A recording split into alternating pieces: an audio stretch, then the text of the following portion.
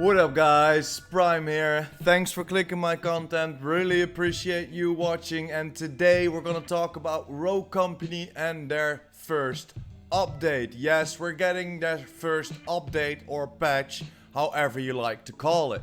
And this will introduce the new map Vice. It will introduce deserter penalties, so if you leave the game early, you will get punished. Finally, because in my opinion it's very annoying. We're getting a shooting range and a few more bug fixes. But let's dive in what we are getting today. Of course, I'm leaving the link in the description, so if you like to read over it a couple of times or on your own pace, then of course watch the descriptions and click that link.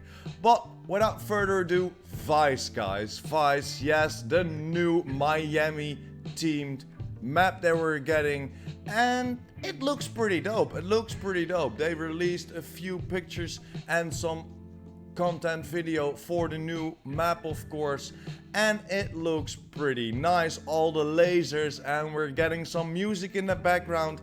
One of the biggest things, without the deserter penalty, without the new map Vice, is that we can finally re-roll our chosen perks, chosen weapons, or whatever.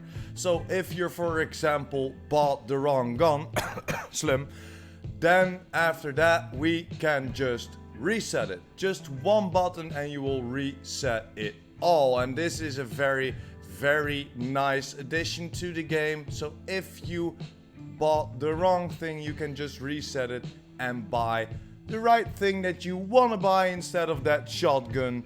And then guys, yes, we're finally getting a shooting range. We can test our TDK, we can test everything around there, and just like we saw on a couple of videos, it looks pretty decent. We're not shooting some cardboard people, no, we're shooting real rogues. They will charge you, they will stand still. There are a couple of things that we can try out, and I think this is a very nice addition, and I personally have been waiting for this.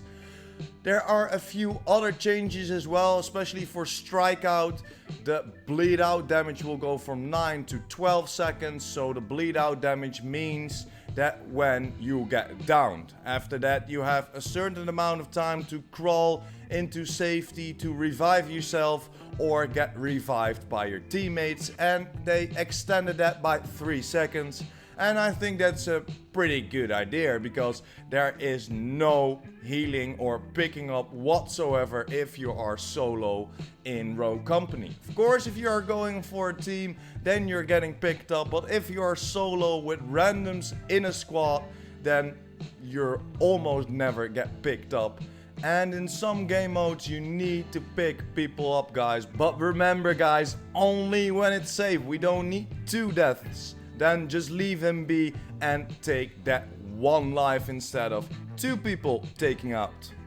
And then of course guys, and I think next to the map most people are hyped for this, the deserter penalty. Yes, if you leave the game early you will get a penalty. There are 3 ways that you are eligible for a deserter penalty. Of course, just leaving your squad, just quitting the game, and yeah, no disconnect whatsoever.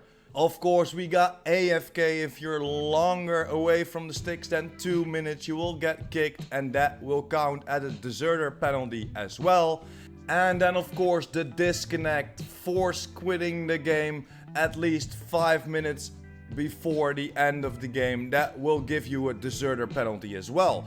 And the deserter penalties, guys, these are pretty decent. And yeah, don't get me wrong, of course everybody rage quitted once in their life or whatever, but I think this is a very nice system, guys, because we're getting actually penalties. The first offense is 5 minutes, the second offense is 15 minutes, the third offense is 30 minutes, and the last and fourth offense is 3 hours, guys. So make sure, do not leave the game, guys. Just keep it until the end. Just try it. I know there are a lot of sweaties, a lot of tryhards in the game, but guys, it's just one game or maybe two.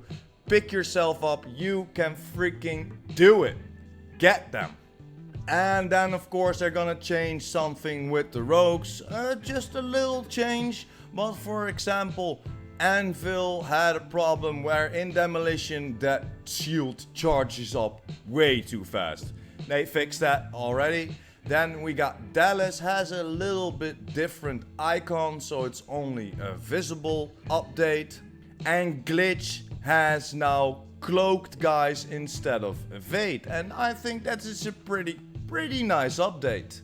And then of course guys, Scorch is getting a nerf. Yes, finally those fire bullets, the duration will go from 15 to 10 seconds. So the damage output are still the same, but she has 5 seconds less of her ability. And I think that's a pretty decent balance. And then the last rogue is Vi guys, and she's getting a change that the ticks from her poison will go up from 1 to 2, and I think that is a very nice upgrade. And of course over to the gadgets guys, because a lot of gadgets are underperforming or overperforming. For example, the flashbang, the radius will get increased from 7 to 8 meters. The incendiary grenade will slightly be a bigger range of a fire pool.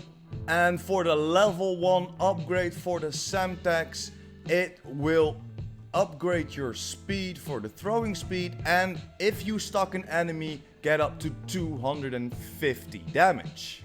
And at last, the smoke grenade. The smoke will come out of the grenade a little bit faster than it is doing now.